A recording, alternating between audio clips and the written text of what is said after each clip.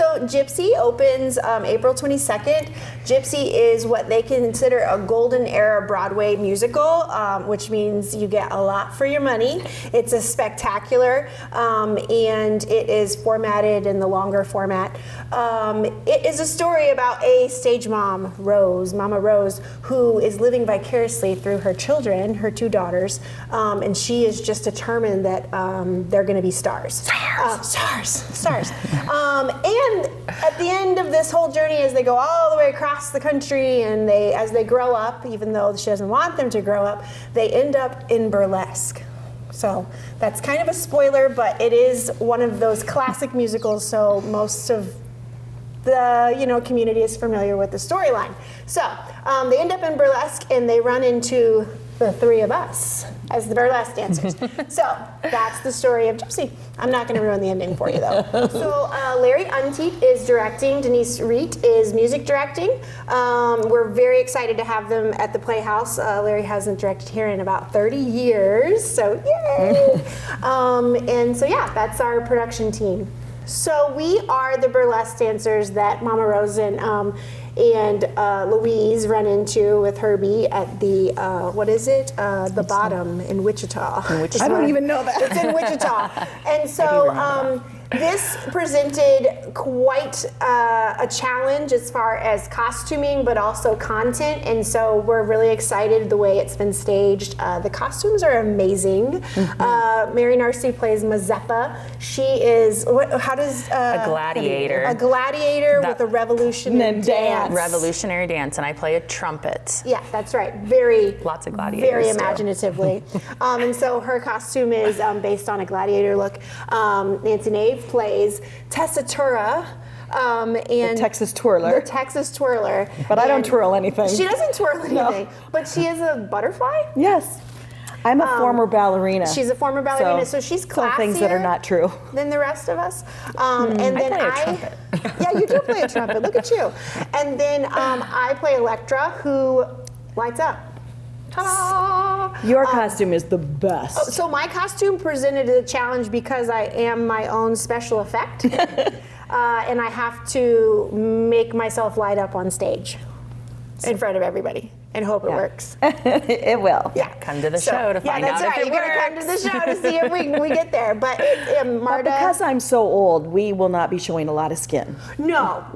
So it's interesting because if you were to research the show, there are lots of different artistic takes on how these characters are presented.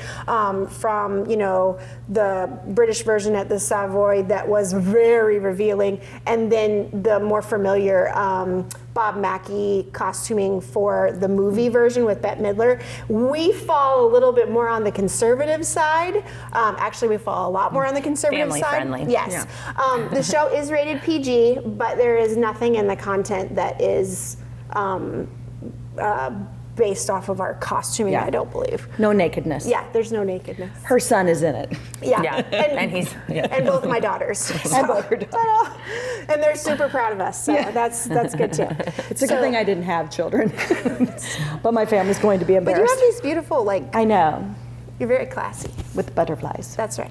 Yeah. So that is who we are and why we're here to talk to you.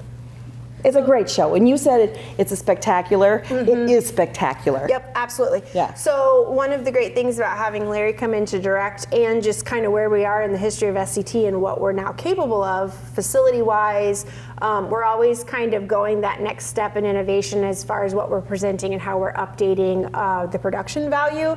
And so this one especially, we were really, really fortunate to partner with Electric that is doing an update or helping us facilitate an update to the proscenium that is just a wow factor. It really is kind of the cherry on top of the sundae. So I'm excited for you all to see it. So when she says that word, it means the edge of the... Oh yeah. So for the those frame, of us who didn't know that word. I could give you a big long lecture about the Greek, where it comes from, but it's the frame of the actual stage. So yeah, that's cool.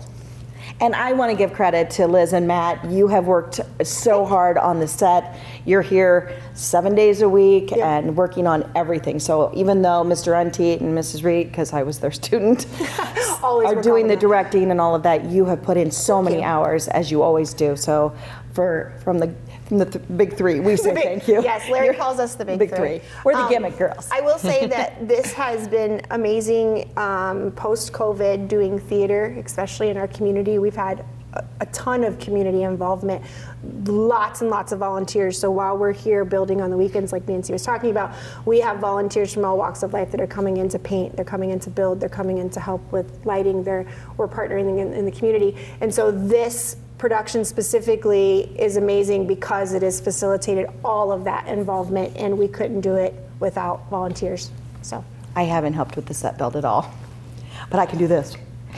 She can do that. Sorry.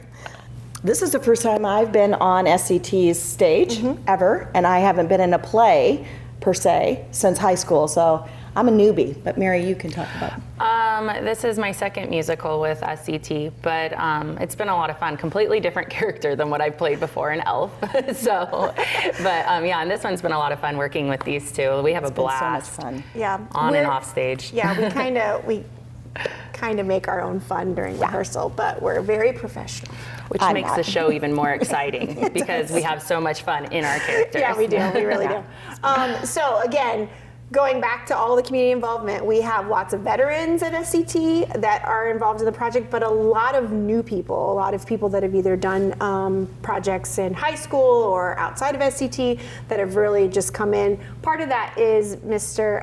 Unteet and Mrs. Reed, even though I didn't go to high school here, directing, but it's also the recognition of the show, and then just knowing that we're doing kind of an amazing project. And I interrupted you when you were talking about Marta. Marta's working really hard on the costumes. Yep. So every time we put anything on stage, a new show that we haven't done here before, we are compiling a new costume plot for when people call the costume shop to rent. We rent throughout the nation. And so everything we put on stage then becomes a standard for what our customers come to look for when they are renting. And like I said, one of the biggest challenges, there's a mass of costumes in this show, but also just having costumes that are keeping with our standard of innovation. How do you approach making someone light up on stage? How do you approach making someone a gladiator? How do you approach those aspects? How big is the cast? That's a great question. I feel like there's maybe like 500 people in the cast. 7,000. But it's probably legitimately more like 35. We do have kids all the way down to age 8, 7 and 8. And then kids all the way past retirement age. So it really is all across the board. I don't have an exact number. I feel like every time we go to rehearsal, the number multiplies. Right. But some actors do play multiple characters, so. Yeah, it's such a great cast too. We have dancers, we have singers, we have, comedians. Yep. We've got everything. Absolutely. It's a great show. So the song that we sing is what we like to consider a showstopper. You gotta get a gimmick is the name. So you're the butterfly. I'm the lighting feature, and she's the gladiator. So you gotta get a gimmick. Yeah. All of this is made possible by community involvement and financial partnership with the community. So we'd like to thank Pizza Ranch for their generous sponsorship, and also Toft Electric. So we're always open online, sctplayhouse.org. You can book that way, or you can call the box office, 712-262-7336.